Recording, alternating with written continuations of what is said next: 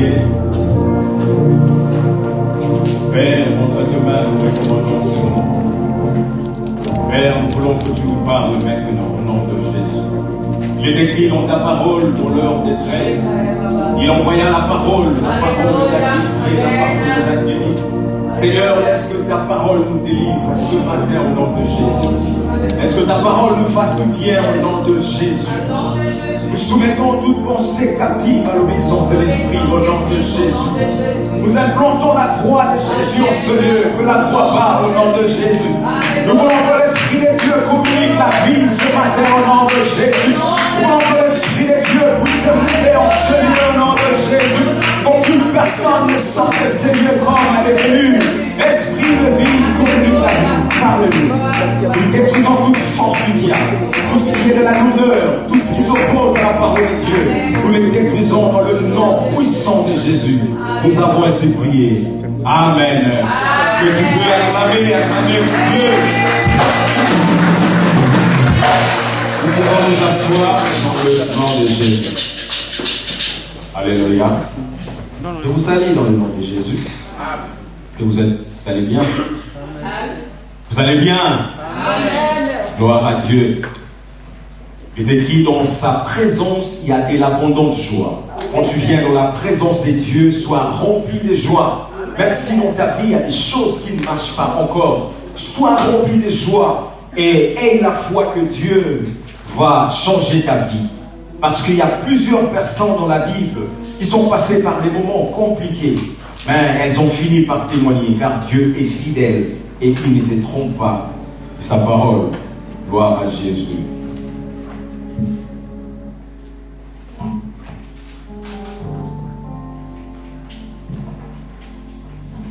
Depuis un moment, nous avons commencé à parler sur rebâtir l'autel des dieux.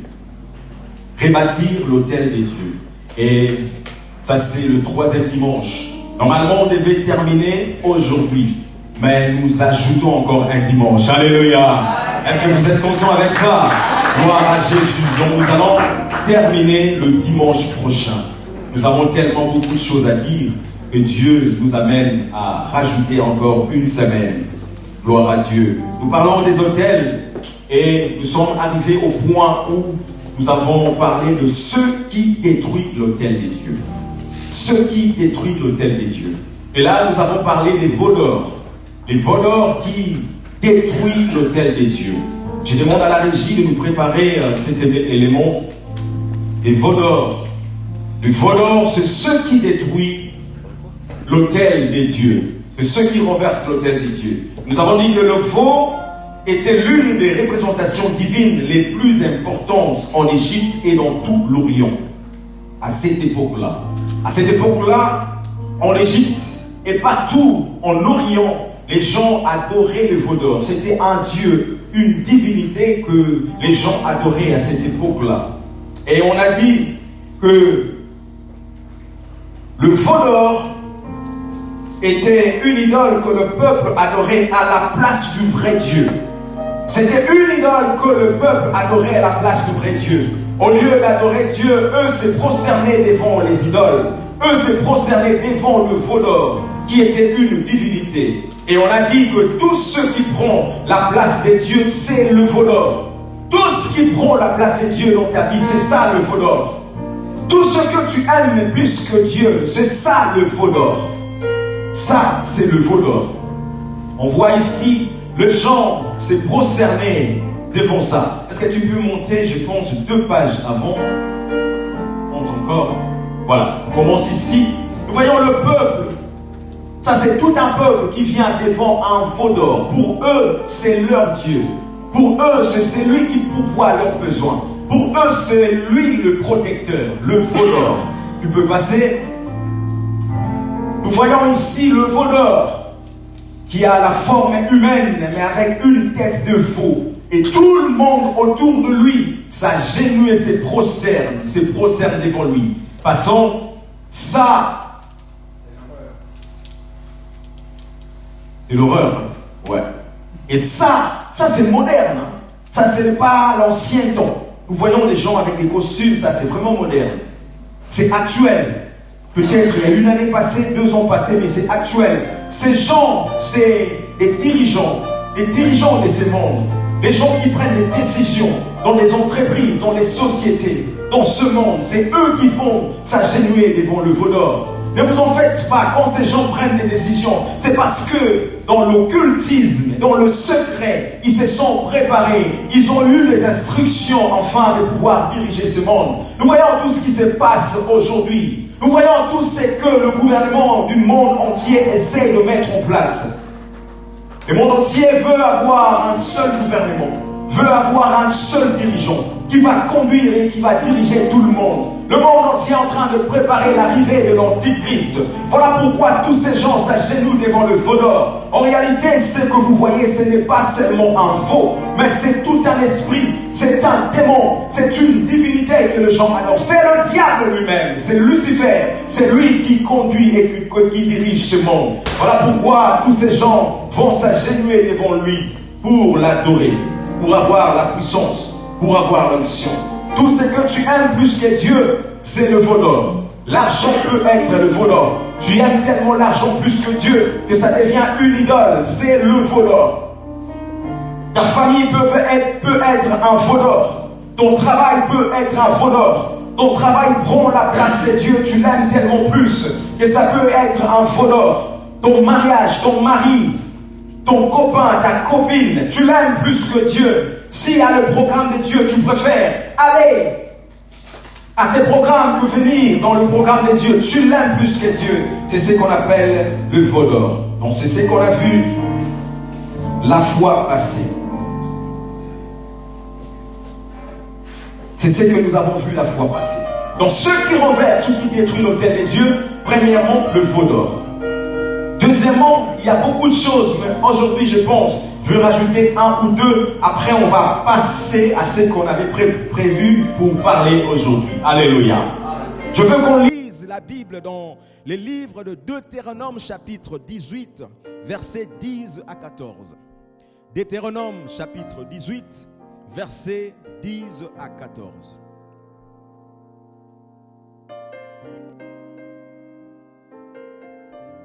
Deutéronome chapitre 18, versets 10 à 14. Amen.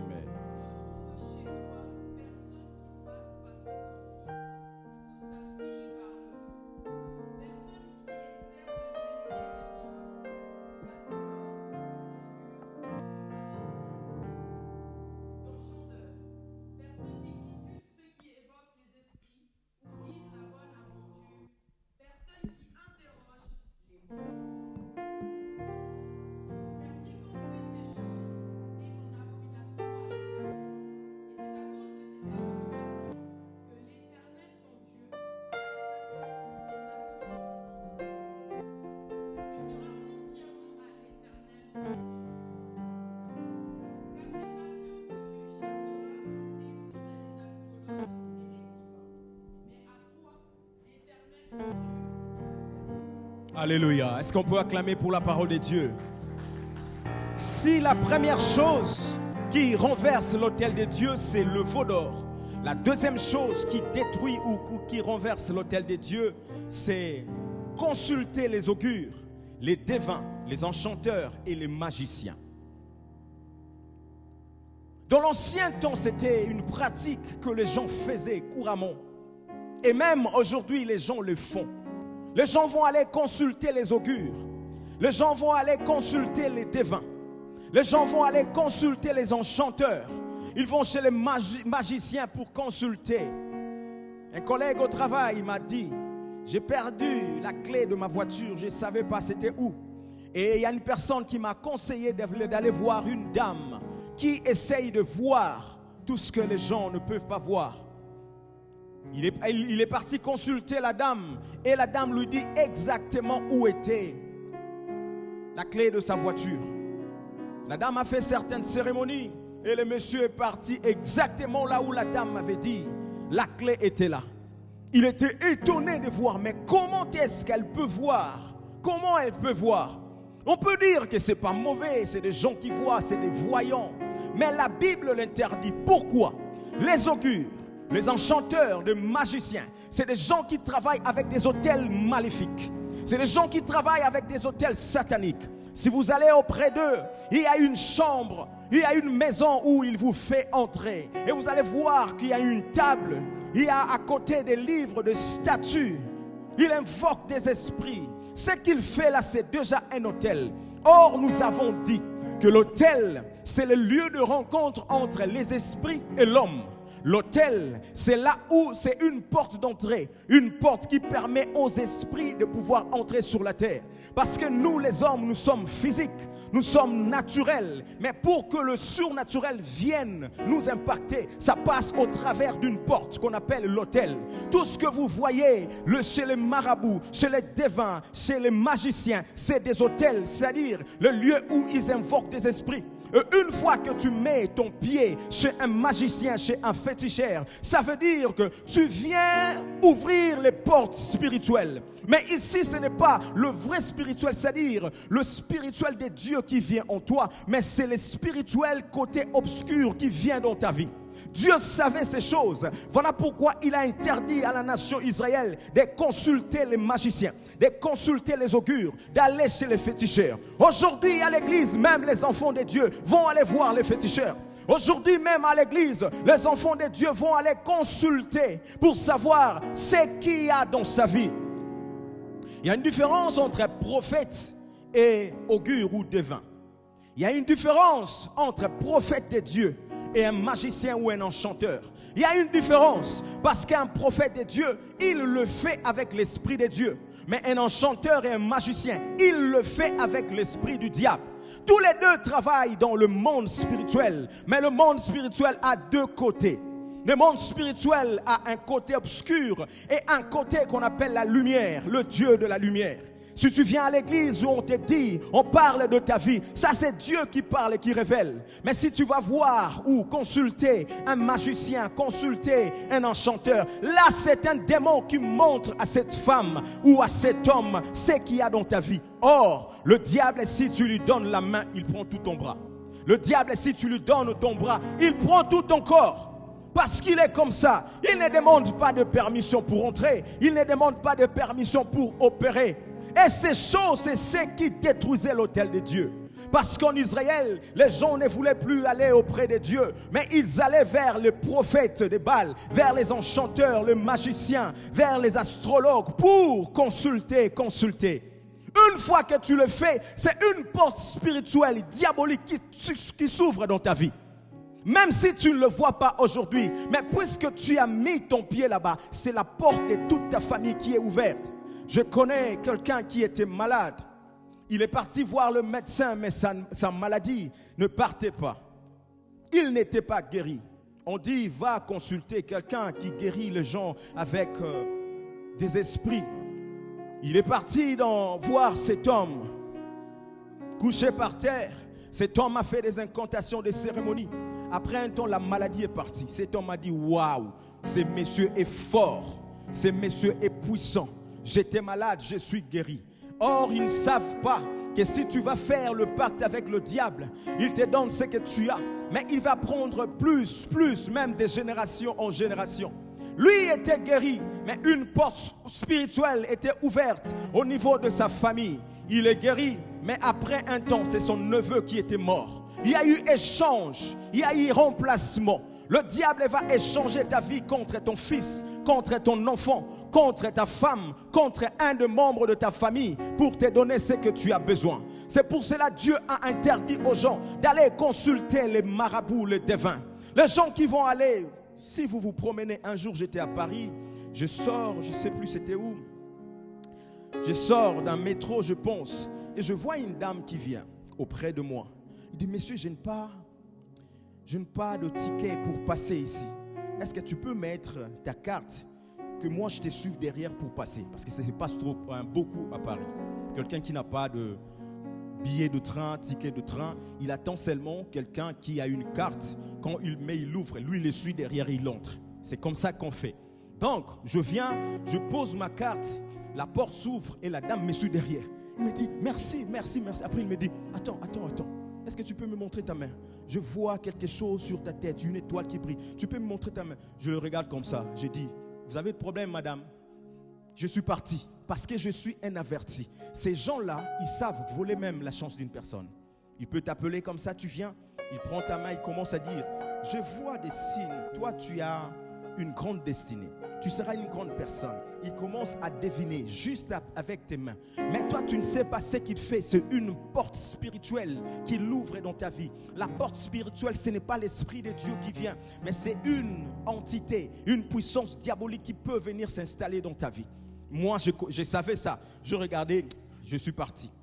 Une fois encore ici, en Suisse, c'était, je pense, vers Réna. Je revenais du travail. Et pendant que je venais, je voyais un homme. C'était un blanc, je ne les connaissais pas. Il venait devant moi, il parlait. Moi, je pensais parce qu'on était nombreux, je pensais qu'il parlait à une autre personne, soit à côté, soit derrière moi. Il venait, ah, je vois le feu. Il parlait, il avait un langage un peu bizarre, un français un peu bizarre. Je vois le feu, je vois le feu. Il vient devant moi. Oh, j'ai dit, moi, il se met devant moi. Il a commencé à parler devant les gens. Il parlait fort. Je dis, mais cet homme... Je vois quelque chose, je vois, tu es une grande personne. Non. Je dis, merci messieurs, je suis parti. Vous voyez, ces gens travaillent avec les esprits. Ils peuvent te dire la vérité, c'est vrai. Mais ils ouvrent des portes. Ils ouvrent des portes dans la vie de plusieurs personnes. Voilà pourquoi n'allez pas consulter ces gens. Parce que c'est tout un esprit que vous avez ouvert pour que ces choses puissent venir dans votre vie. Est-ce que tu peux dire Amen? Il y a plusieurs pratiques que les gens font, comme aller dans les eaux, parler aux esprits. Parler aux esprits. Ça, c'est des pratiques que Dieu avait interdites. C'est des choses qui ouvrent des portes spirituelles, non pas seulement pour toi, mais pour toute ta famille et de génération en génération. Allez aux eaux, parlez aux esprits. On va vous dire, prenez du lait, prenez des œufs, allez jeter dans le fleuve et commencez à parler. Vous allez là-bas, vous parlez. Ma vie, je veux ça, je veux. Et quand tu rentres à la maison, tu commences à voir que les choses dans ta vie s'ouvrent. Il y a des choses, des bénédictions qui arrivent. Et tu dis, franchement, ces choses agissent. Mais tu ne sais pas, les œufs que tu as balancés dans les eaux, c'est les enfants que tu as balancés. C'est des hommes que tu as livrés au diable pour te donner ce que tu as besoin. Dieu a interdit toutes ces pratiques. C'est des choses qui détruisent l'autel de Dieu et qui ouvrent les autels maléfiques dans la vie de plusieurs personnes. Nous voyons ces choses même à l'église. Je vous parle parce que je connais, je sais, j'ai vu tellement beaucoup. À l'église, les gens les font. Il vient à l'église, prier Dieu, adorer Dieu. Mais quand il rentre, il va consulter, il va faire des choses, des pratiques que Dieu avait interdites. Ces pratiques ouvrent les portes aux esprits et détruisent l'autel de Dieu. Il y a des gens qui vont dans des cimetières pour parler aux morts. La Bible interdit de parler aux morts. Dieu avait dit, ne consultez pas les morts. Ne parlez jamais aux morts. Quelqu'un l'a fait dans la Bible, c'est le roi Saoul. Un jour, c'est Samuel qui l'avait intronisé pour qu'il devienne roi. Samuel, le prophète, est mort pendant un temps. Mais Saoul voyait que les choses ne marchaient plus dans sa vie.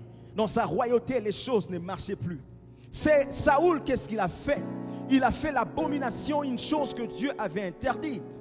Or, lui, le roi, il est censé connaître la loi parce que c'est lui qui dirige le pays. Bien qu'il n'est pas prophète, bien qu'il n'est pas sacrificateur, mais le roi également connaissait la loi et ce que Dieu avait interdit.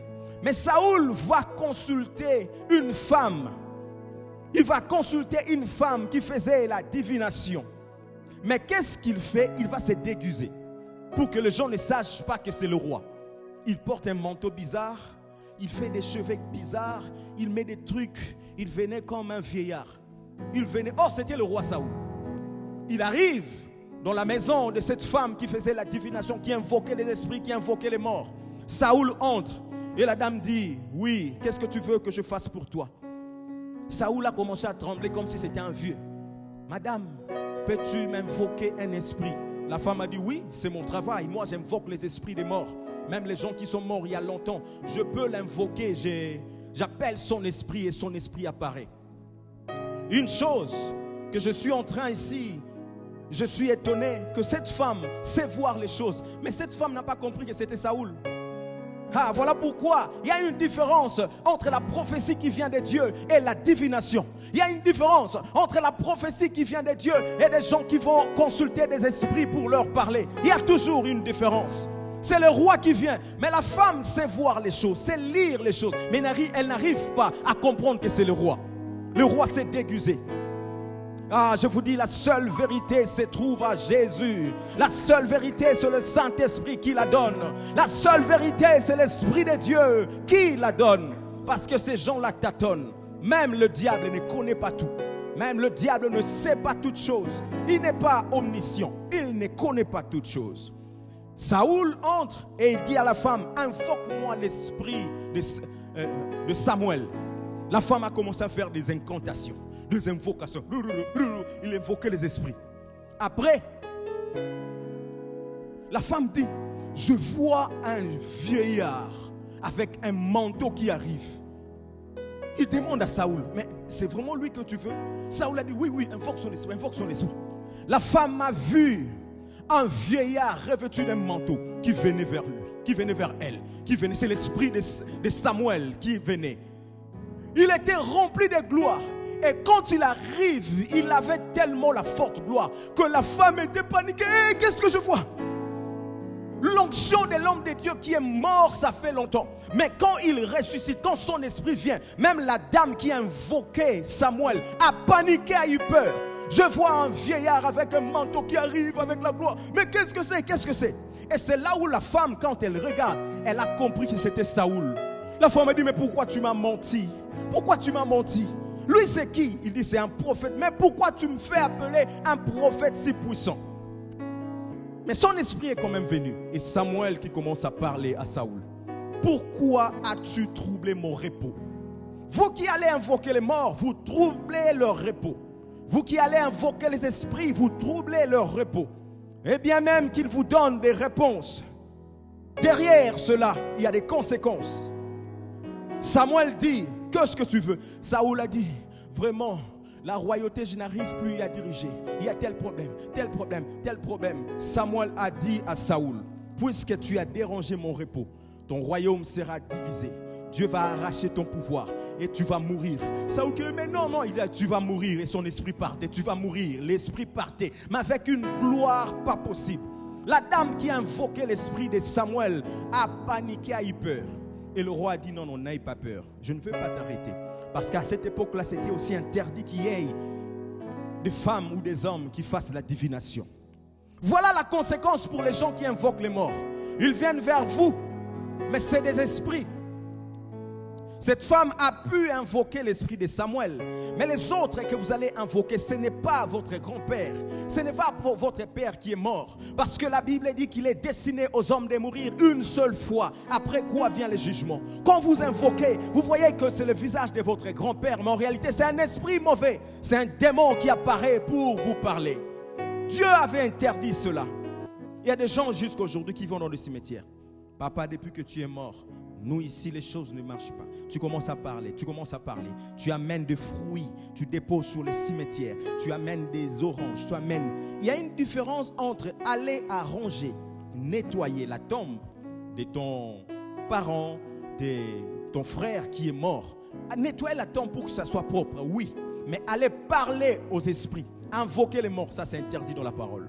Et c'est ceux qui ouvrent les portes, c'est ce qui détruit l'autel de Dieu. Si tu es en ces lieux que tu fais ces choses, ou que tu as déjà fait ces choses, tu dois confesser. Tu dois confesser et demander à Dieu de te délivrer. Parce que c'est des portes que tu ouvres. C'est des portes que tu ouvres. Va arranger le cimetière de l'un de membres de ta famille pour que ça soit propre. Nettoie pour que ça paraisse bien. Mais ne va pas pour parler aux esprits et parler aux morts. C'est interdit dans la parole de Dieu. Je vais aller rapidement. Une autre chose qui détruit l'autel de Dieu, c'est de pratiques comme l'inceste. Oh, aujourd'hui, dans des familles, il y a de l'inceste. Un oncle qui couche ou qui sort avec sa nièce. Un papa qui va sortir avec sa fille. Ces choses détruisent l'autel de Dieu. Les gens viennent à l'église, mais ils font des choses abominables. C'est des frères, c'est des sœurs à l'église. Des sœurs en Christ, des frères en Christ, mais qui font des choses abominables. L'inceste.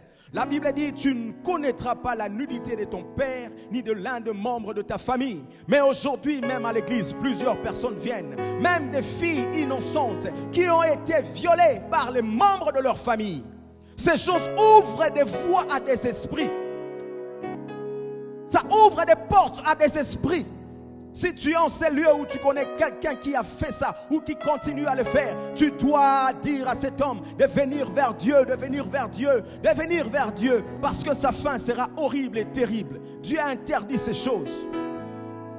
Il y a des gens, des enfants qui ont déjà vu la nudité de leurs parents. C'est une malédiction de voir la nudité de son père. C'est la Bible qui le dit. C'est la Bible qui le dit. Un jour, j'étais à l'église, je vois un frère venir. On parlait des choses. Le frère s'est senti culpabilisé. Il est venu voir les pasteurs et moi j'étais là. Et il disait, moi, mon père était devenu fortement malade. J'étais obligé de laver mon père parce qu'il n'y avait personne. Mais moi j'ai vu la nudité de mon père parce que j'ai le nettoyé, je l'ai lavé. Le pasteur dit, Dieu sonde les cœurs et le rein. Il sait dans quelle intention tu l'as fait. Si c'est pour nettoyer ton père qui est malade, qui n'arrive plus à bouger, fais-le et prie. Là, il n'y a pas de malédiction sur ta vie. Mais des gens qui vont aller eux-mêmes ouvrir la porte pour voir quand son père et sa mère sont dans la chambre. Malédiction. Malédiction, parce que la Bible l'interdit. Ces pratiques d'inceste, c'est ça qui ouvre des portes à des esprits. Et ça renverse l'autel de Dieu. Ça détruit l'autel de Dieu. Ça détruit l'autel de Dieu. Des pratiques comme le pacte des sangs. Un garçon et une fille qui s'aiment parce que c'est l'adolescence. L'amour est tellement fort, ça bouillonne. Ils vont faire le pacte des sangs. Ils vont se couper un peu à la main. L'homme se coupe un peu. La femme également. Et ils prennent leurs deux mains, ils mettent ensemble. Ils font des pactes et ils disent, nous n'allons jamais nous séparer. Jusqu'à ce que la mort nous sépare, nous serons ensemble. Ils prononcent des paroles. Ils prononcent des vœux. Ils font des vœux. Et quand vous faites cela, les esprits écoutent. Les esprits entendent cela. Des pactes. Après 3 ans, vous vous séparez avec cet homme.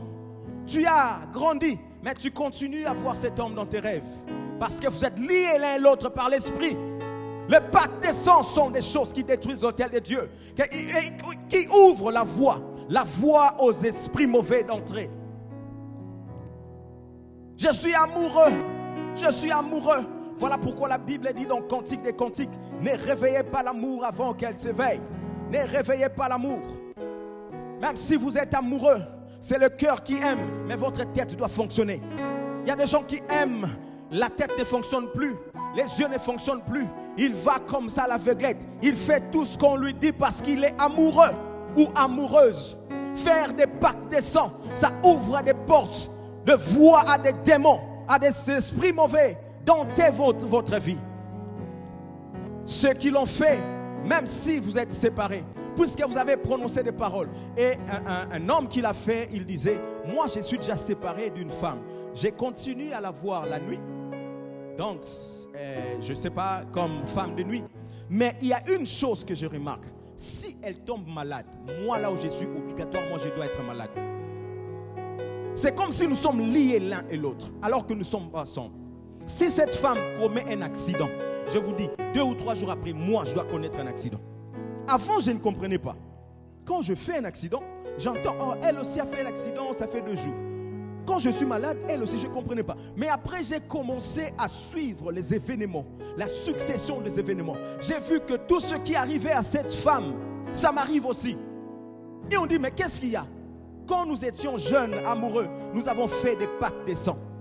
Le lien des sangs existe. Même si physiquement vous êtes séparés, mais spirituellement vous êtes liés l'un et l'autre. C'est des choses qui ouvrent des portes à des démons et à des esprits. Ces choses peuvent faire même que vous êtes séparés avec un homme. Lui, il est marié, mais toi, tu ne te maries jamais.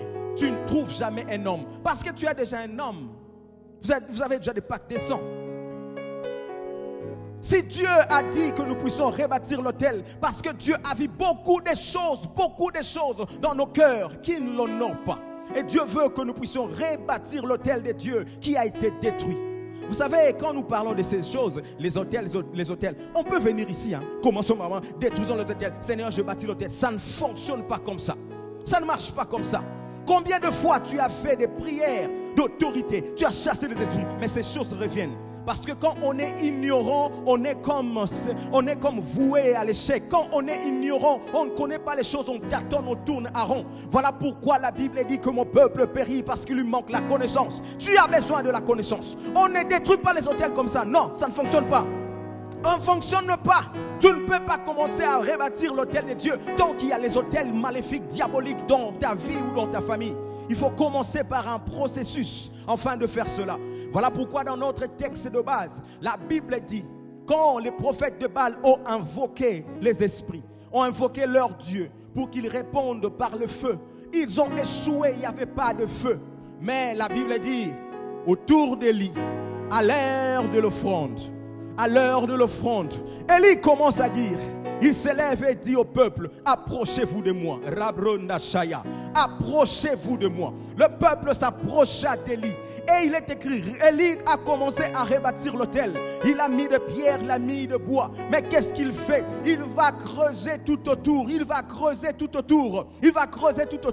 Qui a déjà fait ce genre d'autel?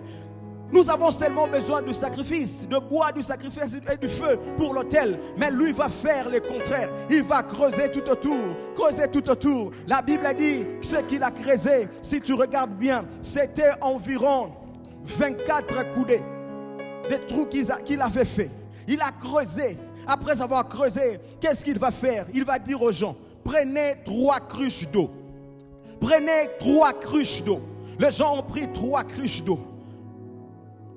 Prenez 4 cruches, pardon. Ils ont pris 4 cruches d'eau. Après, ils ont dit, allez puiser de l'eau. Ils sont partis pour la première fois puiser de l'eau avec ces cruches. Et ils sont venus. Il a dit, renversez sur l'autel, renversez sur le sacrifice, renversez dans les trous que j'ai formés. Ils ont renversé. Il a dit, allez la 2e fois. Ils sont partis prendre la 2e fois. Ils ont renversé. Allez la 3e fois. Or, 4 cruches d'eau multipliées par 3, ça fait 12. Les 12 tribus d'Israël. Pour dire que Dieu voulait réunir tout le peuple, tous les gens ensemble pour que la gloire descende. Avant que la pluie descende, il faut que le peuple s'approche de Dieu, que le peuple s'approche d'Élie. Avant que la pluie descende, il faut que tout le monde soit uni. Dans cette église, si vous n'êtes pas unis, la gloire ne descendra pas. Si vous n'êtes pas unis, le feu ne descendra pas. Quand il s'approche, il dit au peuple, approchez-vous de moi. Et il a commencé d'abord à creuser, à faire des choses. Il n'a pas invoqué la pluie directement. Il n'a pas invoqué le feu directement. Il a d'abord commencé à arranger ce qui était détruit. Voilà pourquoi dans ta vie, s'il y a l'inceste, même si tu rétablis l'autel de Dieu, ça ne va pas fonctionner. Dans ta vie, s'il y a des choses bizarres, tu consultes les morts et que tu veux rebâtir l'autel de Dieu, ça ne va pas fonctionner. On doit commencer d'abord par creuser, enlever tout ce qui est à l'intérieur, qui empêche la gloire de Dieu de descendre. Enlever tout ce qui est à l'intérieur, qui empêche la main de Dieu de descendre. On ne rebâtit pas les hôtels comme ça. Aujourd'hui, ces sujets, on le parle partout. Destruction des hôtels, rebâtir les hôtels. C'est partout on parle de ces sujets. C'est une bonne chose, oui, mais il faut savoir la manière de le faire. Si tu le fais mal, tu vas bâtir des hôtels. 1 année, 2 ans, 3 ans, ça ne fonctionnera pas. Parce que les choses de l'esprit ne marchent pas comme ça. L'ignorance tue, mais la connaissance donne le pouvoir et l'autorité. Je vais m'arrêter par ici. Une autre pratique, la pornographie. Ça, c'est tout le monde qui est concerné. Même les serviteurs de Dieu, même les pasteurs, même les hommes de Dieu, dedans. C'est des choses qui ouvrent la porte aux esprits d'entrer et de faire des choses bizarres. Des choses bizarres. Si je dis maintenant, chacun vient me donner son téléphone, je commence à vérifier, je vais voir des choses. On va voir des choses dans les téléphones des gens, même à l'église. Vous savez, j'ai vu, je ne sais pas si vous avez vu sur les réseaux sociaux, une vidéo où un homme était dans une église. Il était assis, je pense, derrière. C'était pendant l'adoration, les gens chantaient. Mais lui, il était sur son téléphone. Oui. Il regardait des filles avec des sous-vêtements à l'église. Maintenant, quelqu'un qui était derrière lui, il a commencé à filmer. Il filme, il zoome. C'est que cet homme était en train de regarder. Il a mis ça sur les réseaux sociaux. Frère, abomination même à l'église. Les gens regardent des choses bizarres. Regardent la porno à l'église, là où il y a la présence de Dieu. Combien les gens ne craignent plus Dieu? Il n'y a plus la crainte de Dieu. Il n'y a plus la crainte de Dieu à l'église. Et nous voulons voir la gloire. Vous pensez vraiment que la gloire va descendre comme ça? Ça ne descendra pas. Ça ne descendra pas. Changeons s'il vous plaît. Change ta vie. Dieu a besoin de faire des grandes choses dans ta vie. Peut-être tu allais déjà arriver loin, mais c'est toi-même qui es le frein de ta vie. Par ton comportement et des choses que tu fais qui détruisent l'autel de Dieu. Alléluia. Pour aujourd'hui, on s'arrête là sur ce qui détruisent les autels de Dieu. On va maintenant prendre un autre point. Est-ce que tu peux acclamer pour le Seigneur? L'obrada shaka. Moringa nanga yatango nyoso seyo Yesu Zambe awangana kangaite hatangai nazangi le shandure mbapota ya mote maranga yo kausi yango Yesu nazala kikati na pasi yo tikakinga ungana lingi ye yambo yo ngana lingi zambo yo ngana lingi ye lebrando shatara branda bashaya. Gloire à Jésus. Aujourd'hui nous allons voir quelques vérités importantes concernant l'autel de Dieu. Quelques vérités importantes concernant l'autel de Dieu. Nous allons aller atterrir petit à petit et les dimanches prochains, on va voir quel genre d'autel qu'il faut rebâtir et comment le faire. Alléluia. Aujourd'hui, nous allons voir quelques vérités importantes sur l'autel de Dieu. La première vérité. Les autels sont un principe spirituel et ont été institués par Dieu. Les autels sont un principe spirituel et ont été institués par Dieu lui-même. Donc la notion des autels a été instituée par Dieu pour que l'homme soit en connexion avec lui. Parce que nous avons dit, pour ceux qui n'étaient pas là, je donne juste quelques définitions de l'autel pour ceux qui n'étaient pas là. L'autel, c'est les lieux de rencontre entre l'humain et le divin. L'autel est une porte où les anges descendent et l'homme monte. L'autel est une porte où la présence de Dieu entre, c'est-à-dire le surnaturel vient prendre place au divin. C'est ça un autel. Voilà pourquoi il faut savoir une chose, que Satan a aussi des autels. Mais Satan n'a rien créé. Satan n'est qu'un voleur, un copieur, un usurpateur. C'est le diable. Satan était au ciel. Il était l'archange. C'est lui qui dirigeait la louange et l'adoration des dieux au ciel. C'était le diable, Satan. On l'appelait ange des lumières. Dieu l'avait créé avec une beauté que plusieurs anges n'avaient pas. Quand le diable passait, il avait sur lui des pierres, des valeurs qui brillaient, Il était un astre de lumière. Donc Satan connaît exactement comment fonctionne le ciel, parce qu'il a vu des choses là-bas. Il a vu des choses au ciel. Et quand il est venu ici sur la terre, il a montré à ses adeptes, à ses fidèles, comment les choses fonctionnaient même au ciel. La raison pour laquelle il existe des autels ici sur la terre, parce qu'il y a des autels aux cieux. S'il y a des autels ici sur la terre, la raison c'est quoi? C'est parce qu'il y a des autels aux cieux. Au ciel, devant le trône de Dieu, il y a des autels. Et c'est là où le diable a vu des autels devant le trône de Dieu. Et quand il est descendu, il a commencé à montrer à ses fidèles que pour invoquer les esprits, il faut les autels. Tout ce que vous voyez, des veaux d'or, les gens faire des autels à gauche et à droite, c'est le diable qui a montré à l'homme. Parce que l'homme ne savait pas. L'homme ne savait pas c'est quoi l'autel.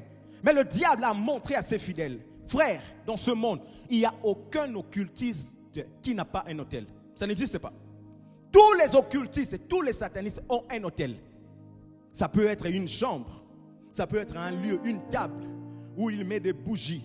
Il y a une statuette, des choses. C'est là où il invoque des choses. C'est son autel. L'autel, quand on parle de l'autel, ça peut forcément pas être une grande chose, une grande table, une grande maison. Non. Même une petite statuette peut être un autel. Il y a des gens qui se promènent avec leurs autels même dans la poche. Tu peux avoir quelque chose dans la poche. Quand tu sors cela, ça peut être, je ne sais pas, des bracelets. Ça peut être des choses bizarres. Quand tu commences à les toucher, tu invoques les esprits. Tu sens que les esprits descendent. C'est un autel. Donc, le diable le sait et il a montré cela à ses adeptes et ses fidèles. Mais en réalité, la notion de l'autel vient de Dieu lui-même. La Bible dit dans Exode chapitre 26, verset 30. Exode chapitre 26, verset 30. Tu dresseras le tabernacle d'après le modèle qui t'est monté sur la montagne. Ici, c'est Dieu qui parle à Moïse. Il dit à Moïse, tu dresseras, tu feras le tabernacle selon le modèle céleste.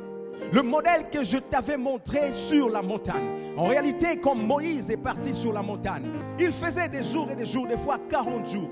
Ce n'est pas parce qu'il restait comme ça, non. Parce qu'il voyait des choses. Dieu a transporté Moïse, l'a amené au ciel pour montrer à Moïse le tabernacle céleste. Parce qu'avant que le tabernacle soit physique, c'était d'abord spirituel. Avant que le tabernacle vienne sur la terre, il y avait déjà un tabernacle au ciel. C'est comme ça que Dieu dit à Moïse, fais un tabernacle selon le modèle céleste. Bâtis un tabernacle, c'est le modèle que je t'avais montré. Pourquoi? Parce qu'au ciel, il y a des autels devant le trône de Dieu.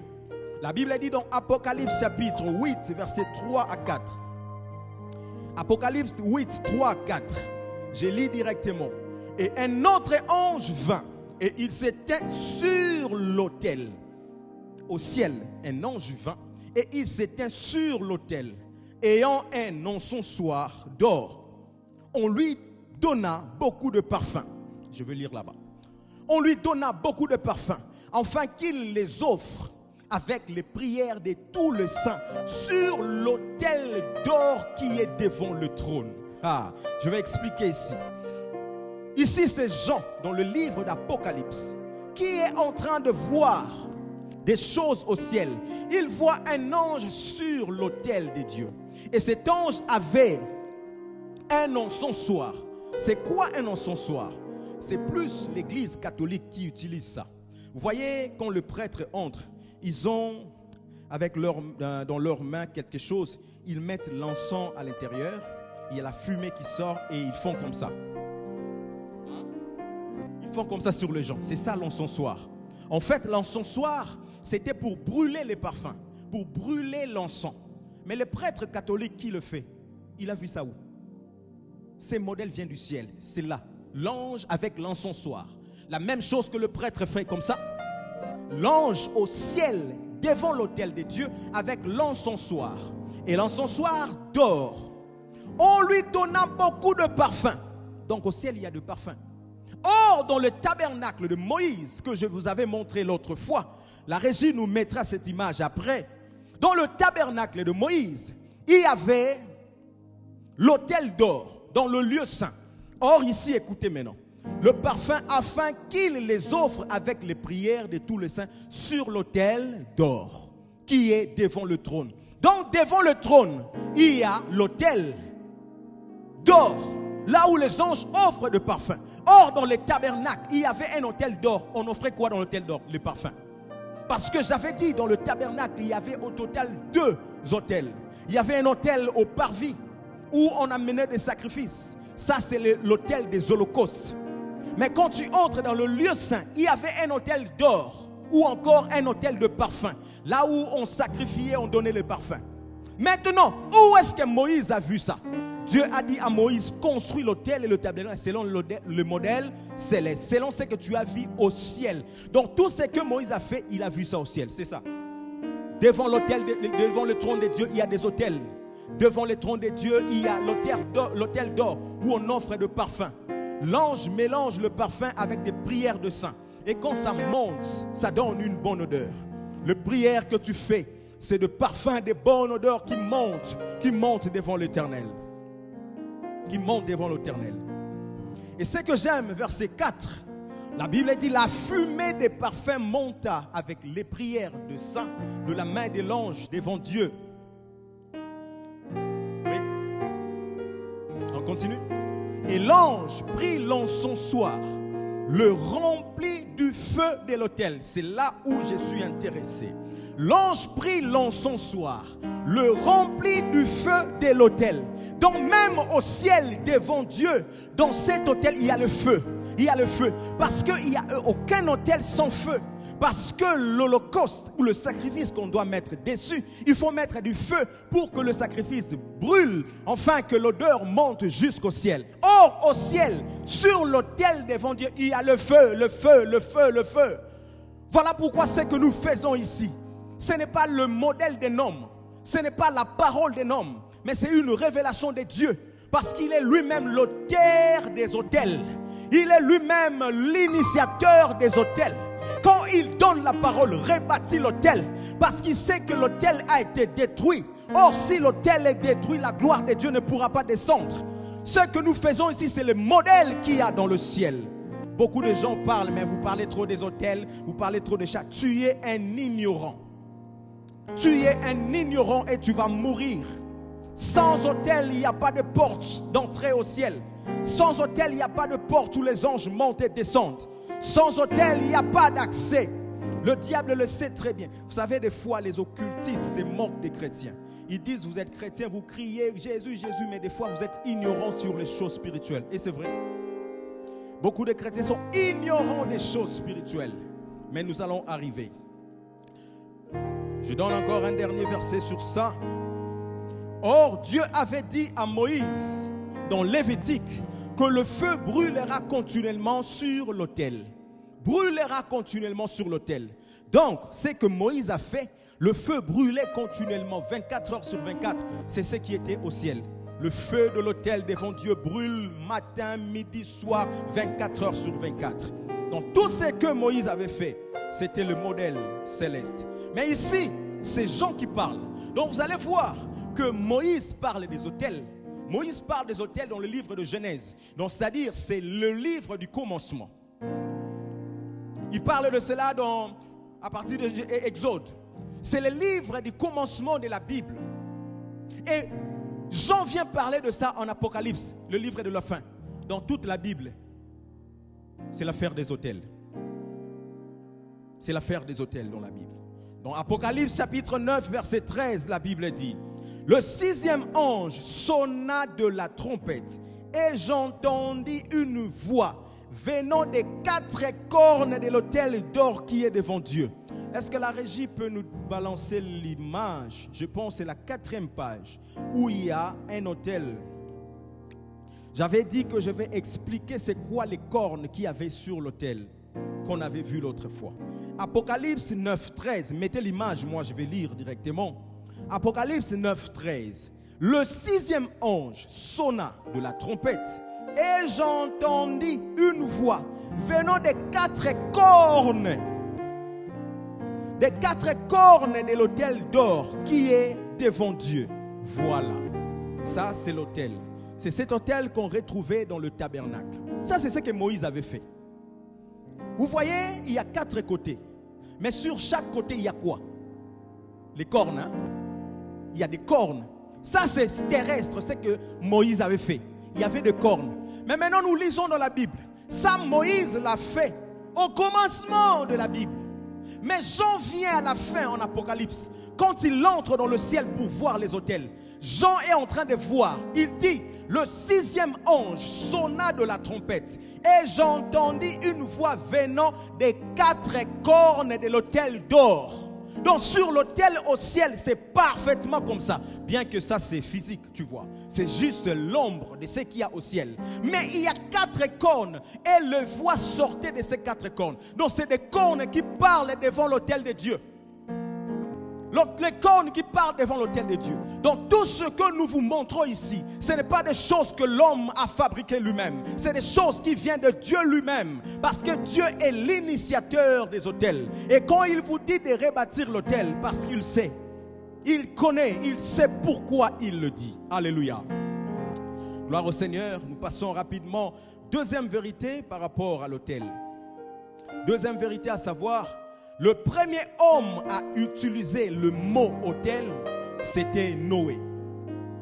C'est Noé qui a commencé à utiliser pour la première fois le mot autel. La Bible dit dans Genèse 8, 18 à 22, et Noé sortit avec ses fils, sa femme et les femmes de ses fils. Ici on parle de déluge. Quand Dieu a détruit le monde avec l'eau, avec le déluge. Pourquoi? Parce que l'homme était corrompu. L'homme était détruit. Noé était la seule personne ou le seul homme à être trouvé juste. Et Dieu l'a mis dans l'arche pendant plusieurs jours où il y a eu la pluie. Dieu a détruit la terre par la pluie. Mais quand Noé sort de l'arche, il ne se dit pas, bon, voilà, je suis resté le seul sur la terre. Donc, je veux amasser des trésors de la terre pour moi-même. Je vais construire des maisons parce que la terre m'appartient maintenant. Non, il n'a pas dit ça. La première chose quand il sort, la Bible dit Noé bâtit un autel. Bâtit un autel à Dieu. Noé a bâti ou a construit un autel de Dieu. Et qui a dit à Noé qu'il faut construire des autels? C'était l'instruction de Dieu. Parce que Dieu parlait à Noé. Qui a dit à Noé de construire l'arche? C'était Dieu. Qui a dit à Noé de prendre les animaux, faire entrer dans l'arche? C'était Dieu. Ce n'était pas Noé lui-même. Et même la notion de bâtir l'autel, c'est Dieu qui a montré à Noé qu'il fallait bâtir l'autel. Noé était la première personne à utiliser l'autel, mais ce n'était pas la première personne à offrir des offrandes à Dieu. Ce n'était pas la première personne à faire des offrandes. Celui qui a commencé à faire des offrandes, c'était Dieu lui-même. Dieu lui-même a commencé à faire des offrandes. La Bible dit dans le jardin d'Éden, quand l'homme a péché, Dieu sacrifia, il tua un animal, le sang a coulé et Dieu a pris la peau de l'animal, il a revêtu l'homme, il a couvert l'homme avec la peau de l'animal. Dieu a fait l'offrande. Pourquoi? La Bible dit dans Hébreux, sans effusion du sang, il n'y a pas de pardon de péché. Comme l'homme avait péché, pour que Dieu puisse atténuer sa colère, il avait besoin du sang. C'est pour cela dans le jardin, il a tué un animal et le sang a coulé. C'est la première offrande sur la terre qui existe. C'est Dieu qui a commencé. Et le deuxième homme à faire une offrande, c'était Abel et Caïn. C'était la deuxième catégorie de gens à faire l'offrande. Abel a construit ou a fait une offrande à Dieu. Dieu l'a agréé. Mais Caïn, son offrande n'était pas agréée et il a tué Abel parce que son offrande était agréée. Et après ça, donc la troisième personne à faire une offrande, c'était maintenant Noé. Mais les deux autres personnes, on n'a jamais utilisé le mot autel. On ne sait pas leur offrande c'était comment, mais c'est Noé qui a commencé à faire l'offrande. Ça c'est juste des vérités importantes pour que nous comprenions bien. La troisième vérité, la Bible dit, chaque jour, Dieu venait dans le jardin d'Éden. Dieu descendait dans le jardin pour parler avec l'homme. Il discutait avec l'homme. Il parlait avec l'homme sans barrière. C'était le lieu de rencontre entre l'homme et Dieu dans le jardin d'Éden. Or, par définition, nous avons dit que l'autel, c'est le lieu de rencontre entre l'humain et le divin. Maintenant, si le jardin d'Éden, Dieu venait rencontrer l'homme dans le jardin d'Éden, c'est que nous allons dire, le jardin d'Éden était un autel. Alléluia. Donc, la troisième vérité, le jardin d'Éden était le premier autel qui existait sur la terre, mais qui n'est pas fait de main des hommes. C'était le premier autel, parce que c'est l'endroit où Dieu venait rencontrer l'humain. Et Dieu venait dans le jardin sans barrière. l'homme ne faisait aucun effort pour invoquer ou inviter Dieu à venir. Pourquoi? Parce que l'homme était en parfaite communion avec Dieu. Il n'y avait pas de péché. Donc sans barrière, Dieu venait à tout moment dans le jardin. Il y avait la présence de Dieu dans le jardin. La présence permanente de Dieu était dans le jardin. Dieu venait à tout moment parler avec l'homme sans problème. Et puisque il y avait la présence permanente de Dieu, et puisque Dieu était là à tout moment, cela fait que l'homme avait l'autorité, l'homme avait la domination, l'homme avait le pouvoir. Parce que la présence de Dieu donne la domination, donne le pouvoir et l'autorité. L'homme pouvait commander aux animaux, l'homme pouvait commander aux choses. C'est ainsi que Dieu a dit, faisons l'homme à notre image selon notre ressemblance. L'image de Dieu, c'est l'autorité, le pouvoir et la domination. Qu'il nous ressemble. Et Dieu dit, et qu'il domine sur les poissons de la mer, sur les oiseaux du ciel, sur les bétails et sur toute la terre. L'homme avait l'autorité de dominer parce que la présence permanente de Dieu était là. Dieu descendait sur l'autel qui est le jardin pour communiquer avec l'homme. Il avait le pouvoir de commander. C'est pour cela que Dieu a dit, commande les oiseaux du ciel. Et quand Dieu dit commande les oiseaux du ciel, c'est-à-dire Dieu a donné à l'homme le pouvoir de dominer sur tous les esprits qu'il y a dans les cieux, les esprits méchants, les dominations, les autorités. Et quand Dieu a dit que l'homme domine sur les poissons de la mer, donc Dieu a donné à l'homme le pouvoir de dominer sur tout ce qu'il y a dans l'eau, les monstres marins, les sirènes des eaux, les mamiwata, les esprits méchants qui sont dans les eaux. Et quand Dieu dit à l'homme, domine sur tout ce qu'il y a sur la terre, tout ce qui rampe sur la terre, Dieu a donné à l'homme le pouvoir de dominer sur tous les esprits qu'il y a sur la terre. Voilà pourquoi Jésus a dit, je vous donne le pouvoir de marcher sur les serpents et les scorpions et sur toute la puissance de l'ennemi. Rien ne peut vous nuire. Pourquoi? Parce que la présence permanente de Dieu était là. L'homme dominait, l'homme régnait, l'homme dominait. Et l'importance de bâtir l'autel, c'est quoi? C'est pour que Dieu vienne habiter en nous en permanence et qu'il nous donne ce pouvoir de dominer, le pouvoir que l'homme avait perdu. C'est ça l'importance même de bâtir les autels. Si Dieu dit je veux que tu rebâtisses l'autel, c'est parce que Dieu veut te donner le pouvoir que tu avais perdu de dominer. Je déclare que Dieu donne à une personne le pouvoir de dominer sur les esprits, de dominer sur le pouvoir du diable, de dominer sur les autels maléfiques qui crient contre nous, de dominer sur la force de l'ennemi. C'est ce pouvoir que Dieu avait donné à l'homme. Vous allez me demander, mais si le jardin d'Éden était un autel, mais où était le sacrifice? Parce qu'il n'y a pas d'autel sans sacrifice, n'est-ce pas? Mais où est l'animal qu'on a sacrifié pour que le jardin d'Éden soit un autel? Écoute, à cette époque-là, l'homme n'avait pas encore péché. Il n'y avait pas encore du péché sur la terre. Dans le jardin d'Éden, l'homme était pur. Voilà pourquoi Dieu venait à tout moment. Et comme l'homme n'avait pas péché, Dieu n'avait pas besoin d'un animal pour sacrifier comme offrande. Non, Dieu n'avait pas besoin de ça. Pourquoi? Parce que l'homme lui-même était une offrande de bonne odeur devant Dieu. L'homme dans le jardin était une offrande qui attirait la présence de Dieu. Parce que Dieu ne pouvait pas rester sans pour autant venir vers l'homme. L'homme qui était l'offrande de bonne odeur attirait Dieu. Or, nous faisons des autels, nous mettons des offrandes pour attirer la présence de Dieu. Le jardin était un autel et l'offrande était l'homme lui-même. Il avait un cœur pur qui attirait Dieu. La Bible dit quand Dieu a créé toutes choses, le premier jour, tout était bon. Le deuxième jour, il dit tout est bon. Le troisième, tout est bon. Mais le sixième jour, quand Dieu a créé l'homme, il a dit c'était comment? Très bon. Très bon. Donc l'homme devant Dieu était comme un bijou. L'homme était un parfum de bonne odeur. Il était lui-même une offrande qui attirait la présence de Dieu. Voilà pourquoi dans le jardin, on n'avait pas besoin de tuer un animal. On n'avait pas besoin de sacrifices. Parce que l'homme lui-même était un sacrifice, était un autel. Gloire à Jésus. La quatrième vérité, souvent dans la Bible, quand il s'agissait de bâtir un autel, c'est parce que Dieu voulait rétablir la communion entre l'homme et Dieu qui était brisée. L'idée première ici de Dieu, c'est que l'autel soit rétabli et que la communion et la relation qui ont été brisées entre Dieu et l'homme soient rétablies. Dans le jardin d'Éden, comme j'ai dit, l'homme était parfait et Dieu venait à tout moment. Mais quand l'homme a péché, la communion, il n'y avait plus. C'est-à-dire l'autel de Dieu était détruit. Donc l'autel a commencé à être détruit depuis le jardin dedans. Quand l'homme a péché, l'autel de Dieu était détruit. L'autel était renversé. C'est là où maintenant Dieu va initier la notion d'autel auprès des hommes pour ramener Dieu dans le cœur de l'homme. Dieu a tué un animal et l'animal que Dieu a tué, c'était l'image de Jésus-Christ qui allait venir mourir à la croix pour l'homme. Son sang allait couler pour réconcilier l'homme avec Dieu. C'était l'image qui allait venir plus tard.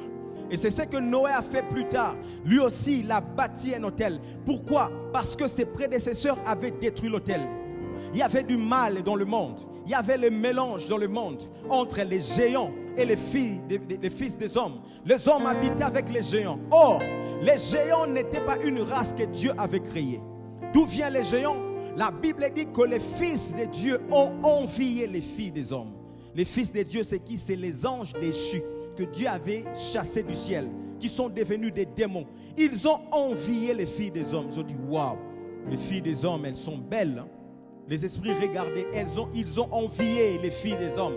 Et ces esprits sont venus s'accoupler avec les filles des hommes. Et ils ont donné naissance aux géants. Donc les géants, c'est le mélange des hommes et des esprits. Les esprits ont pris, je ne sais pas, des formes humaines, mais ils ont donné naissance aux géants. Maintenant, à cette époque-là, il y avait des géants. Et c'est ces géants qui ont amené beaucoup de problèmes dans le monde. C'est eux qui ont appris à l'homme comment ouvrir des portes spirituelles pour invoquer des esprits. Ils ont amené beaucoup de choses. Il y avait l'abomination à l'époque de Noé. C'est comme ça que Dieu a détruit le monde.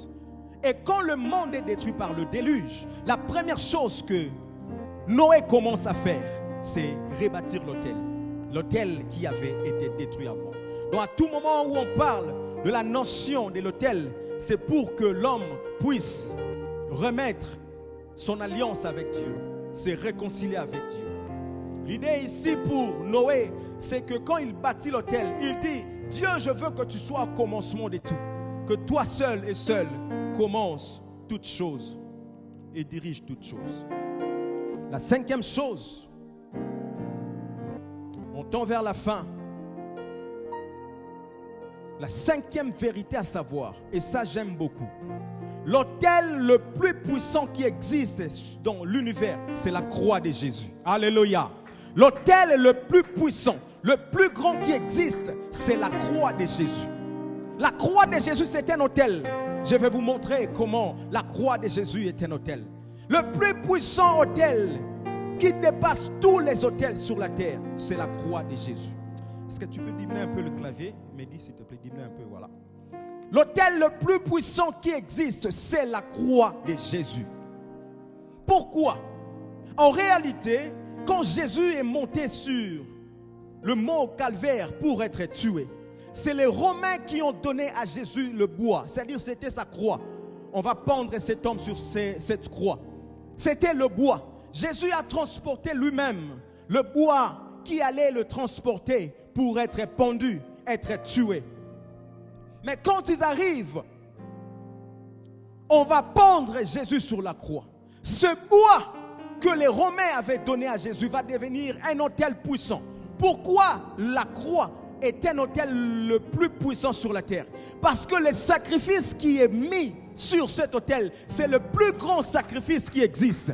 Jésus est le plus grand sacrifice qui existe, plus que tous les sacrifices.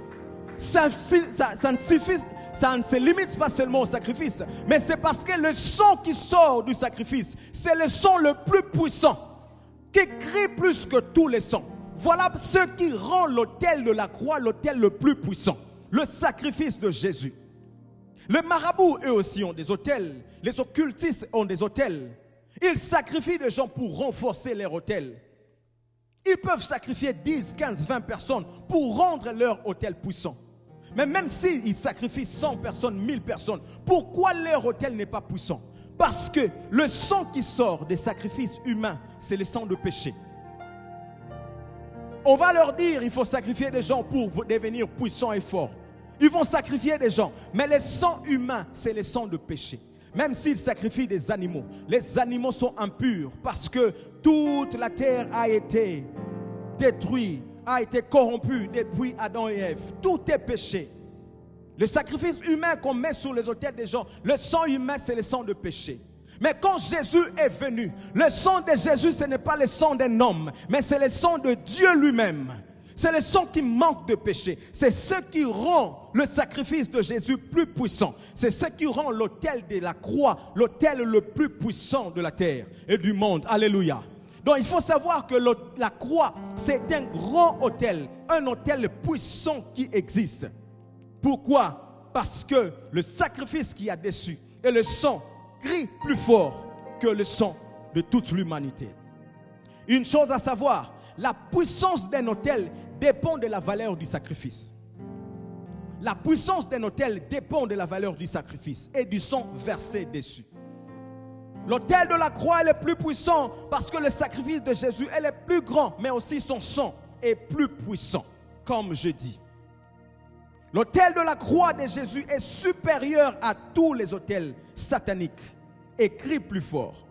Vous savez, les autels maléfiques crient contre vous, mais l'autel de la croix crie pour vous. Alléluia. Les autels sataniques parlent contre vous, mais l'autel de la croix parle à votre faveur.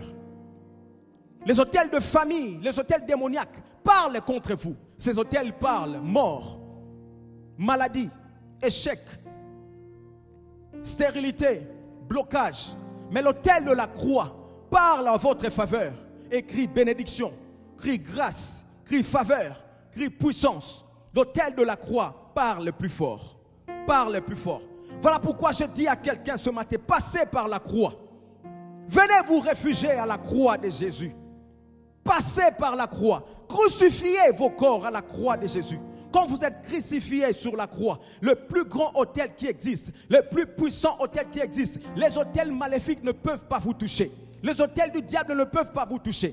Parce que ces gens fonctionnent comment? Ils viennent au niveau de leur autel pour lancer des envoûtements sur les gens, pour lancer des incantations. Ils vont dire que cet homme ne va pas se marier, cet homme n'aura pas ce travail, cet homme ne va pas aller devant. Et si tu n'as pas de force, leurs paroles qu'ils ont prononcées sur leurs autels sataniques vont t'atteindre.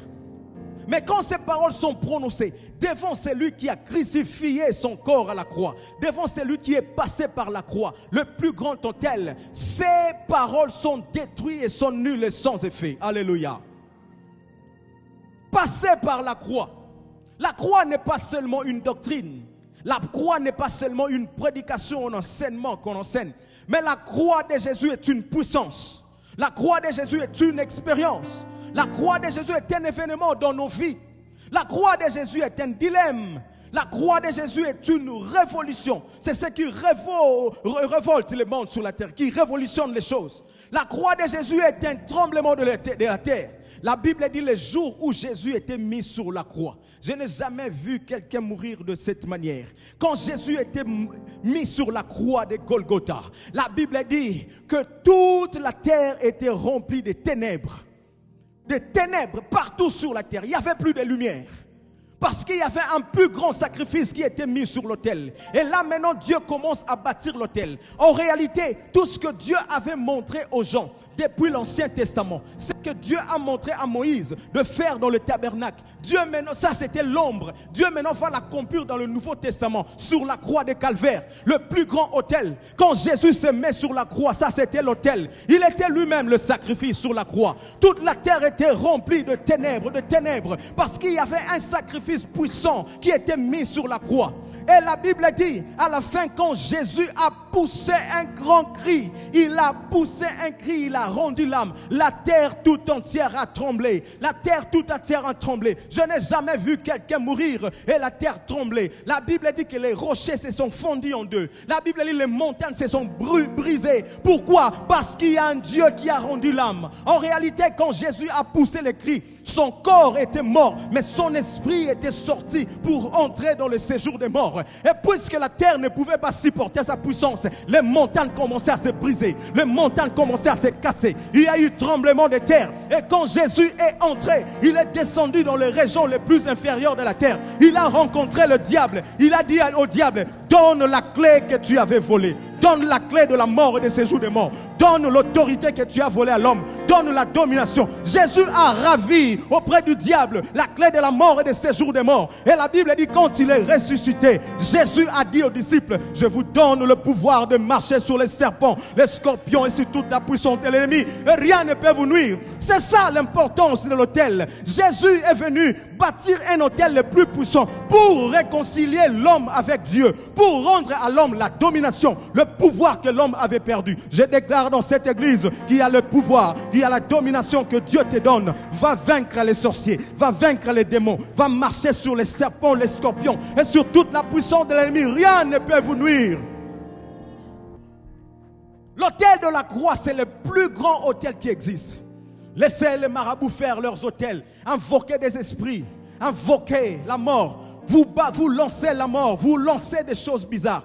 Mais si vous êtes derrière l'autel de la croix, tout ce qu'ils diront ne vous toucheront pas. Alléluia. Voilà pourquoi la Bible dit dans le livre de Colossiens.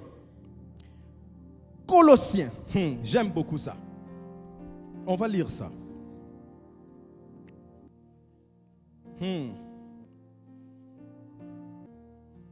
C'est trop fort, c'est trop bien. Colossiens chapitre 2, verset 14. On va mettre ça. Colossiens chapitre 2, verset 14.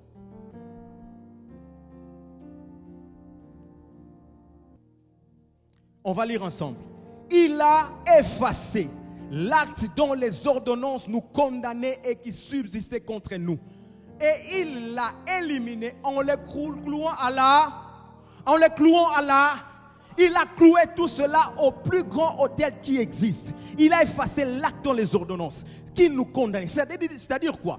Dans chaque famille, dans chaque territoire, le monde spirituel a des ordonnances sur la vie de tout un chacun. Il y a des ordonnances qui sont signées dans le monde des ténèbres. Ces gens-là, quand ils vont dans leurs tribunaux bizarres, ils écrivent des choses. Ils disent, Monsieur Jean, nous écrivons, nous faites des ordonnances sataniques. Jean connaîtra des accidents. Jean ne va pas se marier. Jean aura des problèmes. Jean va perdre son travail. Jean va faire cela, ceci, cela. Ils vont dans leur hôtel bizarre. Ils commencent à prononcer des incantations pour que ces choses arrivent. Maintenant, le problème, c'est quoi? Or, Jean avait reçu le Seigneur comme son Seigneur et Sauveur. Jean était passé par la croix de Jésus. Est-ce que deux personnes peuvent venir? Frère Robert, viens. Frère, Deron aussi. Je vais vous montrer une chose.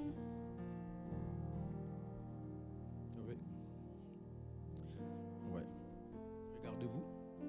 En réalité, Deron, c'est là. Il faut une troisième personne. Hein? Bon, mettons la chaise. Donc Deron soit derrière la chaise. En réalité, ça c'est la croix de Jésus.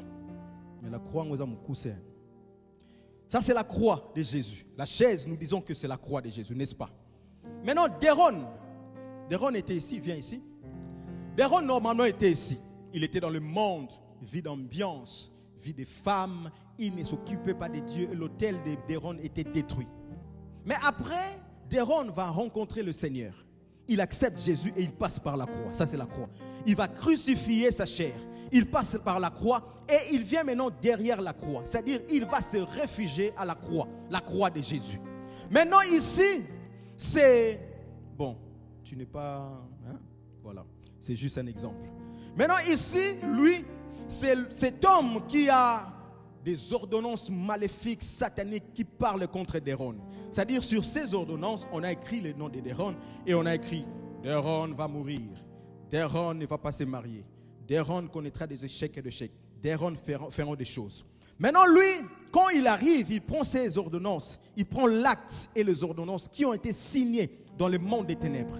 Il commence à prononcer. Quand il cherche, il trouve Deron. Voilà, son nom est là. Ah, nous allons attraper une proie aujourd'hui. Il commence à faire des incantations. Il commence à dire, Deron. Commence à lui maudire. Ah. Déron touche la Bible, mais tiens la Bible maintenant. Déron est là avec la Bible. Commence à prononcer. Fais des incantations. Tu vas mourir. Tu vas mourir. Or, cet homme ne savait pas que Déron avait déjà accepté Jésus. Donc, il est passé par la croix et il se cache, il se réfugie dans la croix de Jésus. Il se réfugie dans la croix de Jésus. Maintenant, les paroles que lui est en train de prononcer, ces paroles sortent parce que ces paroles ont des puissances. Ne vous en faites pas, les occultistes, ils ont des puissances. Les satanistes, ils ont la force. Les sorciers, ils ont la force. Ils ont la puissance. Mais seulement Dieu est le tout-puissant. Même si eux sont forts, Dieu est le tout-puissant. Même si les sorciers sont forts, Jésus-Christ est le tout-puissant. Donc, puisqu'ils sont forts, ils renforcent leurs autels avec le sang humain parce qu'ils tuent les gens. Leur autel est fort. Leur autel parle contre Déron. Déron va mourir, Déron va mourir. Maintenant, ces paroles commencent à venir pour attraper Déron. Mais quand ces paroles viennent, ils arrivent au niveau de la croix. Boum, la croix stoppe ces paroles. La croix stoppe ces paroles. Il dit, vous n'avez pas le pouvoir de brandir vos ordonnances. Vous n'avez pas le droit de brandir vos ordonnances. Parce que Déron que vous cherchez n'est plus l'ancienne Déron. Mais Déron est passé par la croix et sa vie est crucifiée. Pourquoi? Parce qu'il y a un sacrifice qui parle pour Déron. Le sacrifice de Jésus. En fait, toutes les malédictions que vous prononcez sont sur le corps de Jésus. Et la Bible dit que Jésus a cloué ça à la croix. C'est là où on dit, il a effacé l'acte dont les ordonnances nous condamnaient et s'illustraient contre nous. Donc quand vous parlez, quand ça arrive au niveau de la croix, toutes les ordonnances, tous les actes sataniques sont détruits au niveau de la croix. Et Déron ne peut pas être touché. Pourquoi? Parce qu'à la croix, toutes ces paroles ont été clouées à la croix. C'est-à-dire, il a pris la malédiction, il a cloué ça à la croix. Il a pris la sorcellerie, il a cloué à la croix. Il a pris la stérilité, il a cloué à la croix. Et Déron marche dans la nouveauté de vie et aucun malheur ne peut l'arriver. J'ai dit à un homme ce matin, passe par la croix. Aucune puissance du diable ne te touchera. Passe par le plus grand autel de la croix. Aucune malédiction, aucune ordonnance du diable ne peut avoir de l'effet sur toi. Alléluia. L'autel de la croix est le plus grand autel qui existe. L'autel de la croix. La puissance de l'autel dépend de la qualité de sacrifice qu'il y a sur l'autel. Donc la puissance de la croix dépend du sacrifice de Jésus. C'est ce qui donne la croix la puissance et la force. Et la force. Vous savez, les occultistes connaissent bien ces choses. C'est pour cela qu'ils vont renforcer leurs autels en essayant de tuer les gens. Si tu vas chez eux, ils ont des ordres. Ils ont des ordres qu'ils exécutent. Tu vas nous donner ta maman. Même si tu ne veux pas, là-bas il n'y a pas de nom. Donne-nous ta mère. Sacrifie-nous ton père. Donne-nous ta famille. Il y a des gens qui ont exterminé les membres de leur famille parce qu'ils veulent renforcer leurs autels pour qu'ils soient puissants dans ce monde. Vous savez, j'aime la franchise des stars américains. Ils le disent comme ça. J'ai fait le pacte avec le diable. J'ai sacrifié ma mère. On m'a dit de faire ça. J'ai tué quelqu'un. Vous les voyez sur les réseaux sociaux. Ils les parlent comme ça. Dans ce monde, tu ne peux pas monter, atteindre des sommets si tu n'as pas fait de pacte avec Lucifer. Et si tu fais de pacte avec lui, sache qu'il faut que tu sacrifies. Parce que l'autel maléfique demande le sang. Leur autel demande le sang, que le sang coule. La Bible dit, je m'en vais terminer par ici. La Bible dit, Israël faisait la guerre contre Moab. Et Israël était le plus puissant. Il tuait les Moabites. Et le roi de Moab était là, dans le champ de bataille. Quand il a vu tous mes hommes commencent à être exterminés, à être tués, il a dit, je dois fuir. Il a pris 70 hommes avec des épées. Il voulait se frayer le chemin pour fuir. Ces hommes commençaient à tuer, ils voulaient se frayer le chemin. Mais il a remarqué que tous ces hommes commençaient à mourir. Israël s'approchait de lui. Israël voulait l'attraper. Il voyait, voilà le roi de Moab. Nous allons l'attraper, nous allons le tuer. Ils étaient à quelques mètres de lui. Ils le voyaient comme ça. Quand le roi a vu qu'il est resté seul, il voulait mourir. La Bible dit que le roi, il a pris son propre fils, son premier fils qui allait le remplacer au pouvoir. Il a pris son propre fils devant les Israélites. Il a pris son fils, il l'a mis sur un autel, il a brûlé son fils. devant tout le monde. C'est-à-dire, il a fait un sacrifice. Or, nous avons dit que c'est le dieu Moloch qui accepte le sacrifice humain. Lui n'accepte pas le sacrifice des béliers, des animaux. Il faut que ce soit des êtres humains. En réalité, ces démons étaient avec ce roi. Ces démons marchaient avec lui, le protégeaient. Mais cette entité était incapable de stopper Israël, de pouvoir s'avancer près de cet homme. Mais ce roi, comme il connaissait les principes spirituels, il a dit, je dois renforcer mon autel. Il faut que je m'invoque cet esprit parce que je vais mourir. Et qu'est-ce qu'il fait? Il prend son propre fils devant les Israélites qui s'approchaient. Il prend son fils, il le met, il le brûle vivant. Il le sacrifie à son Dieu. Mais écoute ce qui arrive. La Bible dit, Israël, quand tu l'as vu ça, il était rempli d'indignation. Quoi? Mais qu'est-ce que cet homme a fait? Et directement, je ne sais pas qu'est-ce qui s'est passé. Ils ont abandonné le roi. Tout Israël a tourné. Avec leur épée, ils partaient lentement. Ils n'ont plus tué le roi. Le roi des Moabites s'en est sorti. Calmement, simplement. Vous pensez que c'était quoi ici? La guerre ici, ce n'était pas une guerre physique. C'était une guerre spirituelle.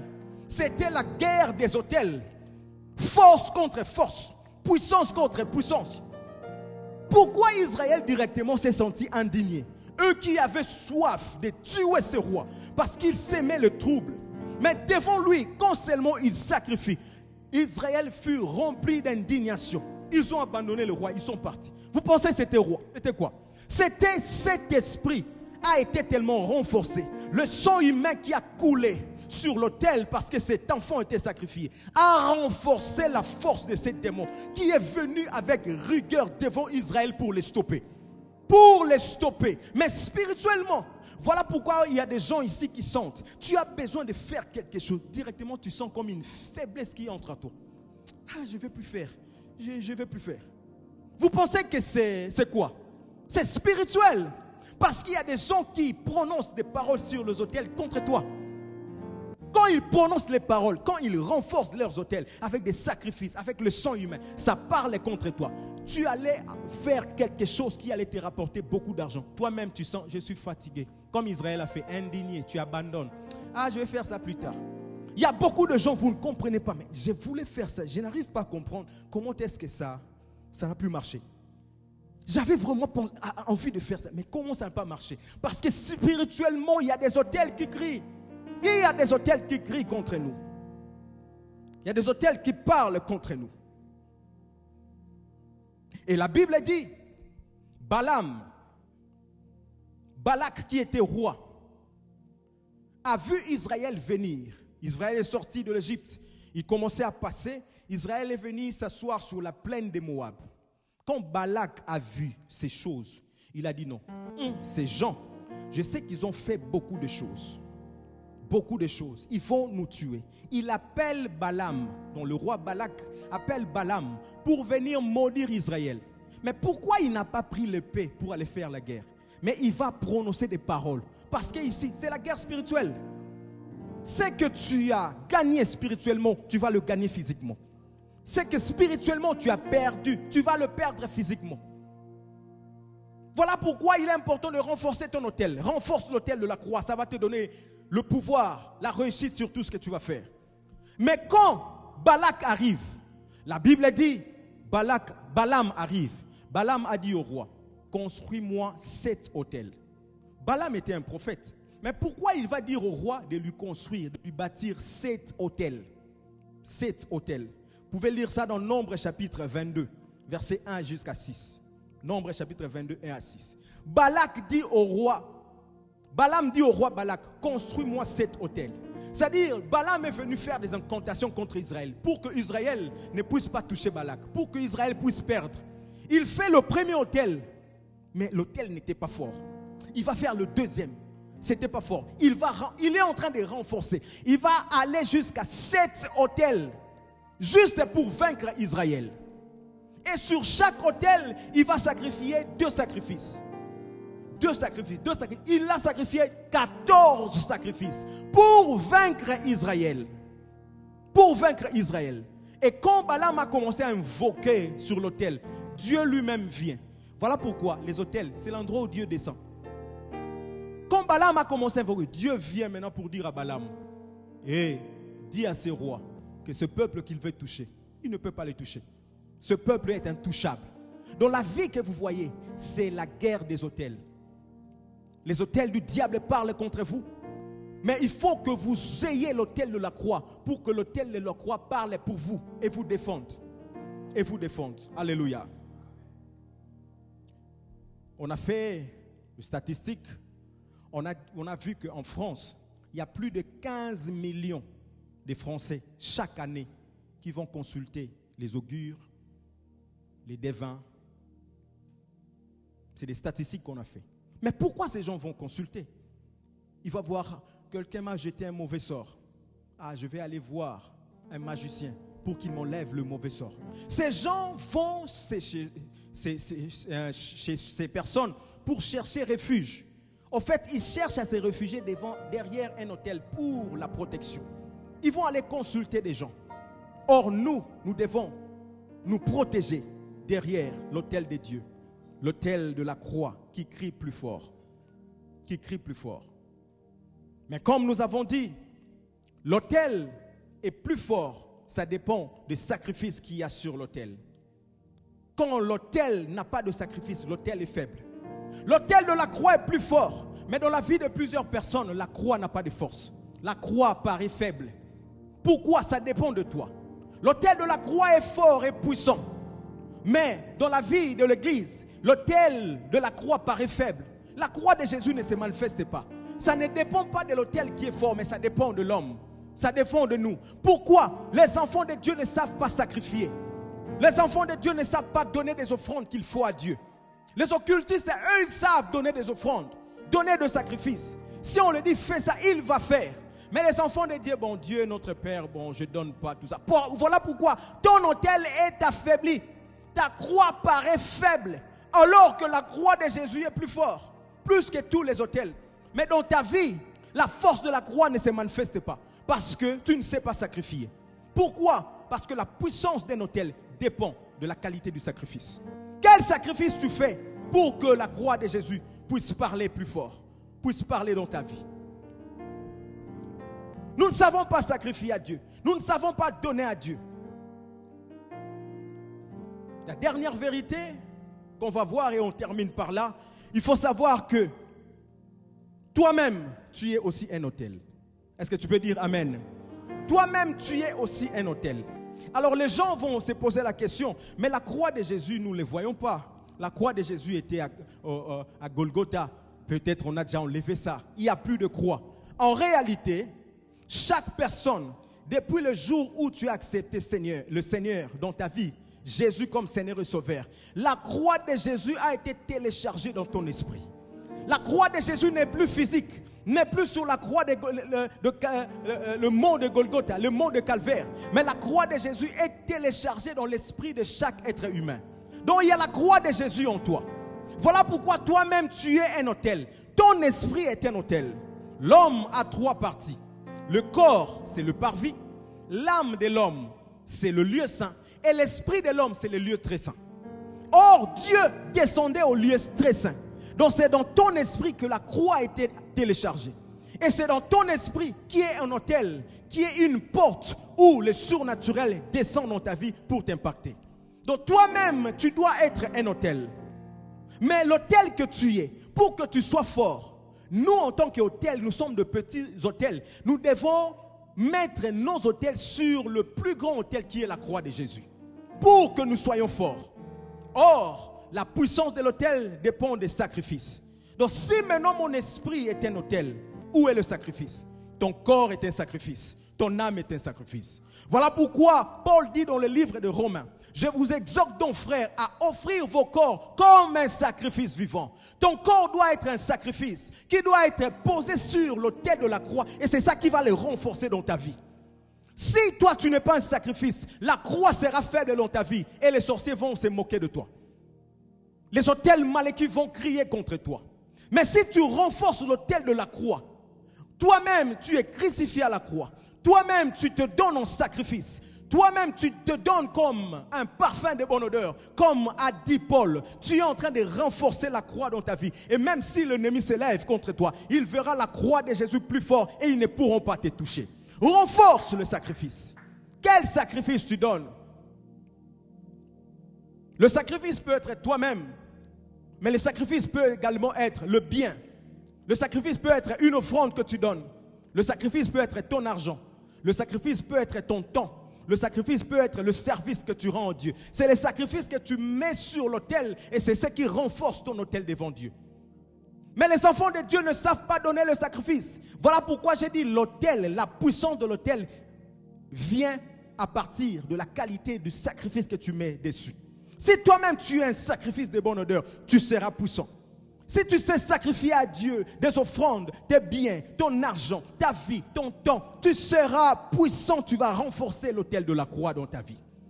Renforçons l'autel de la croix. C'est ce qui fera de nous des gens forts. Et quand les autels maléfiques vont s'élever, la croix va s'élever et va parler contre nous. Et c'est à ce niveau maintenant que nous allons passer à ce qu'on appelle la destruction des autels. Nous allons commencer à détruire les autels de famille. Quand les autels vont se retourner contre nous, ils vont voir la croix de Jésus. Et ça ne fera rien contre nous. Il y a beaucoup de gens qui sont partis s'aventurer, à commencer à chasser les esprits. Les esprits les ont frappés parce qu'ils ne sont pas puissants. Oh, Dieu a dit, j'ordonne que tu sois puissant. Il faut que tu sois puissant afin de faire face aux autels maléfiques. Parce que ces gens-là sont forts, sont puissants. Si toi tu es faible, tu ne pourras pas les vaincre. Renforce l'autel de la croix. Renforce la croix de Jésus dans ta vie. En te mettant toi-même comme sacrifice, mais en donnant ton corps, en donnant tes biens, en donnant ton temps. À l'église, c'est des sacrifices que tu donnes à Dieu. Les sacrifices de bonne odeur. Il y a plusieurs sortes de sacrifices qu'on peut donner à Dieu. La louange et l'adoration, c'est les sacrifices qu'on fait monter à Dieu. Les offrandes que nous donnons, la dîme et les offrandes, c'est des sacrifices qu'on fait à Dieu, qu'on met sur l'autel. Le temps que tu donnes, c'est les sacrifices que tu donnes à Dieu. Quelqu'un m'a dit, mais toi tu as un programme à l'église pratiquement tous les jours. J'ai dit oui, je prends mon temps, je les donne en sacrifice. Je prends mon temps, je le mets sur l'autel de Dieu. Parce que c'est ça qui va parler pour moi. Chaque lundi, je suis là. Chaque mardi, je suis avec les jeunes. Chaque mercredi, j'ai intercession. Chaque jeudi, je donne enseignement. Chaque vendredi, je donne enseignement. Chaque samedi, je suis à la répétition. Chaque dimanche, je suis là. 24 heures sur 24. Je dis, je prends mon temps. Je le mets en sacrifice sur l'autel pour que cela puisse crier. Pour que cela puisse crier. Quel est le sacrifice que tu mets sur l'autel? C'est ça qui va crier pour toi. Et ça va renforcer ton autel de la croix. Là, tu seras plus fort. Et quand nous arriverons à ce niveau, maintenant là, nous allons passer au niveau de détruire les autels de nos familles. Détruire les autels qui parlent contre nous. Détruire les autels de la sorcellerie. Et quand ces gens-là se lèveront pour prononcer des paroles, ça ne nous touchera pas. Parce que la croix de Jésus va parler. Alléluia. Que le Seigneur vous bénisse. Je déclare que la croix de Jésus parle pour une personne ce matin. Au nom puissant de Jésus. Est-ce que nous pouvons nous lever? Gloire à Jésus.